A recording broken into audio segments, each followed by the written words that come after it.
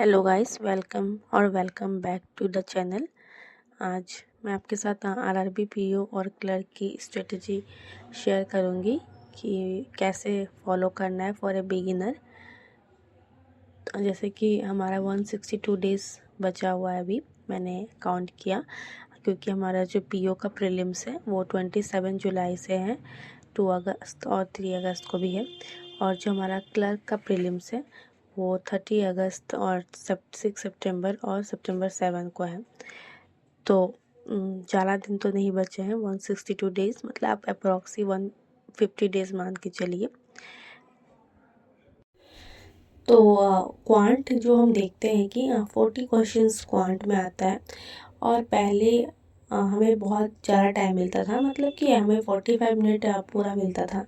हम अपने अकॉर्डिंगली उसे रीजनिंग और क्वांट में यूज कर सकते थे, लेकिन लास्ट ईयर से ये चेंज हुआ है और सेक्शनल टाइमिंग आरआरबी में भी आ गई है। तो 20 मिनट्स हमें मिलते हैं क्वांट के लिए और 25 मिनट्स हमें रीजनिंग के लिए मिलता है, ठीक है। तो और ये प्लान जो है ना मेरा, ये 30 डेज़ के लिए है और बिगिनर ओनली, ठीक है। अगर आप पहले से अगर दे रहे हो एग्ज़ाम तो आप स्किप भी कर सकते हो, मतलब अपनी स्ट्रेटेजी आपको तो पता होगी, आपने अगर पहले से दिया है तो। मेनली ये बिगिनर्स के लिए है, जिन्होंने पढ़ा नहीं है या जो नए हैं इस साल। तो आपको जो स्पीड मैथ्स है सबसे पहला जो सेक्शन होता है, क्योंकि हमारे जो 10 से 12 क्वेश्चंस होते हैं और अगर इजी शिफ्ट है तो 15 तक भी ये जा सकता है। तो उसमें हम देखते हैं स्पीड में रहता है, मतलब 15 नंबर तक रहता है।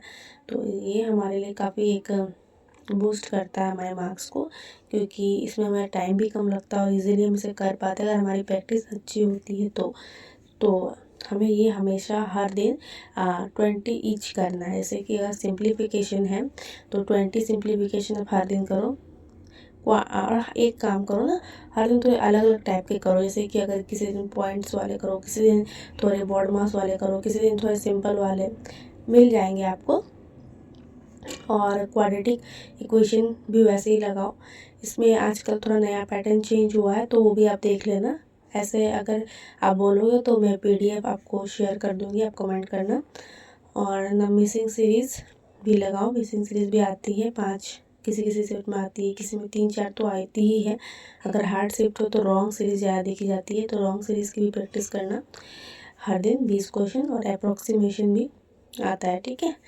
तो ये आपके हो गए 100 क्वेश्चन ईच डे आपको लगाने ही है। और इसमें आपको भी लग रहा होगा कि बहुत ज़्यादा समय लगेगा, लेकिन जैसे जैसे आप प्रैक्टिस करते जाओगे आपका समय कम होते जाएगा और आप में स्पीड आ जाएगी।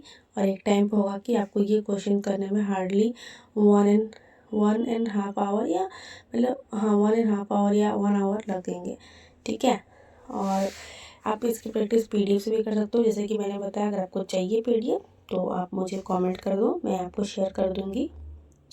और यूट्यूब से तो आप कर ही सकते हो, मैंने यूट्यूब का सोर्स भी लिखा है कि हर्षल सर जो है लर्निंग कैप्सूल्स, वहाँ सर कराया है। सर ने बहुत सारे मैराथन्स कराए हैं और मैं उन्हें ही पूरा क्वांट के लिए सिर्फ उन्हें फॉलो करती हूँ। तो आप वहाँ से भी कर सकते हो, उनके काफ़ी वन शॉट्स है अप्रोक्सीमेशन के, सिंप्लीफिकेशन के, क्वाड्रेटिक के, तो उन्होंने बहुत अच्छे क्वेश्चंस कराए हैं जो एग्ज़ाम्स में काफ़ी आजकल देखने को मिल रहा है। तो आप वो कर लेना, आपको काफ़ी हेल्प मिलेगी और ये फ्री भी है। मेनली मैंने यहाँ ज़्यादातर फ्री सोर्सेज बताई है कि कैसे आप फ्रीली, अगर आप अफोर्ड नहीं कर पा रहे हो तो कर सकते हो। ऐसे मैंने पेड भी बताया है, आगे आप देख लो ना। तो स्पीड मैथ्स हो गया, अब अरिथमेटिक की बारी आती है, ठीक है। अब अरिथमेटिक की बारी आ रही है। तो अरिथमेटिक ऐसा मतलब है, चैप्टर है या सब्जेक्ट है जहाँ आपको कॉन्सेप्ट क्लियर करने की काफ़ी ज़रूरत होती है। तो आप पहले अपने सिलेबस को चैप्टर वाइज कंप्लीट करो। इसमें 10 to 15 चैप्टर्स है। कई सर बहुत कम चैप्टर्स करवाते हैं, लेकिन नहीं, आजकल बैंकिंग में थोड़ा सा चेंज हुआ है, थोड़ा वो कैट लेवल का पूछ रहा है। तो इसलिए आप ट्राई करना कि आप अच्छे क्वेश्चंस लगाओ। और अगर आपने कोर्स ले लिया है तो आप वहीं से करो, कोई दिक्कत की बात नहीं है, आप कर सकते हो। और उसके साथ साथ आप यूट्यूब में हर्षल सर की क्लास भी देख सकते हो, और फिर वहाँ पे बहुत सारी प्लेलिस्ट है अरिथमेटिक की, और वहाँ सब कर सकते हो। ये कोई प्रमोशन वीडियो नहीं है, आप ये मत सोचना। मैं फॉलो करती हूँ इसीलिए मैंने ये बताया सर के बारे में, क्योंकि आपको भी इससे हेल्प ही मिलेगी। और अगर आपने नहीं लिया है तो आप सर का 0 to Infinity बैच एक आता है जिसमें वो शुरू से बेसिक से पढ़ाते हैं, जो कि one of the best course है और टॉपर्स से रिकमेंड करते हैं। तो वो आप कर सकते हो, वहाँ से आपके कॉन्सेप्ट बहुत अच्छे हो जाएंगे। और अगर चैप्टर वाइज आपको प्लेलिस्ट चाहिए ना, तो आप एक कौशिक सर है, कौशिक मोहांती सर, उनका देख सकते हो, क्योंकि हर्षल सर के ने टैली का क्वेश्चंस वाइज में करवाया है कि 100 क्वेश्चन 200 क्वेश्चन। लेकिन चैप्टर वाइज अगर आपको करना है, पूरे बिगिनर आपको कुछ भी आइडिया नहीं है, तो आप उनसे भी कर सकते हो। उनकी पूरी प्लेलिस्ट बनी हुई है यूट्यूब पे, ये सब मैं यूट्यूब पे बता रही हूँ आपको, ठीक है, YT पे, ठीक है। अब ये हो गया, यहाँ से आप कर लो। उसके बाद एक और सेक्शन है DI, जो काफ़ी इम्पोर्टेंट है, क्योंकि ये भी हमारा, जैसे कि हमारे रीजनिंग में पजल आते हैं ना, 3-4 पजल आते हैं 5-5 नंबर के, तो इससे काफ़ी स्कोर बढ़ता है हमारा। वैसे ही 2-3 DI तो आते ही है हर शिफ्ट में। और अगर आपकी टफ शिफ्ट है तो उसमें 4 भी आती है किसी विषय में अलग अलग टाइप की, क्योंकि DI के कई टाइप होते हैं। जो सिंपली है, जो मेंस का मैं नहीं बता रही, मेंस में भी आती है, लेकिन इसका थोड़ा मतलब उसकी जो कॉम्प्लेक्सिटी है वो थोड़ी ज़्यादा होती है।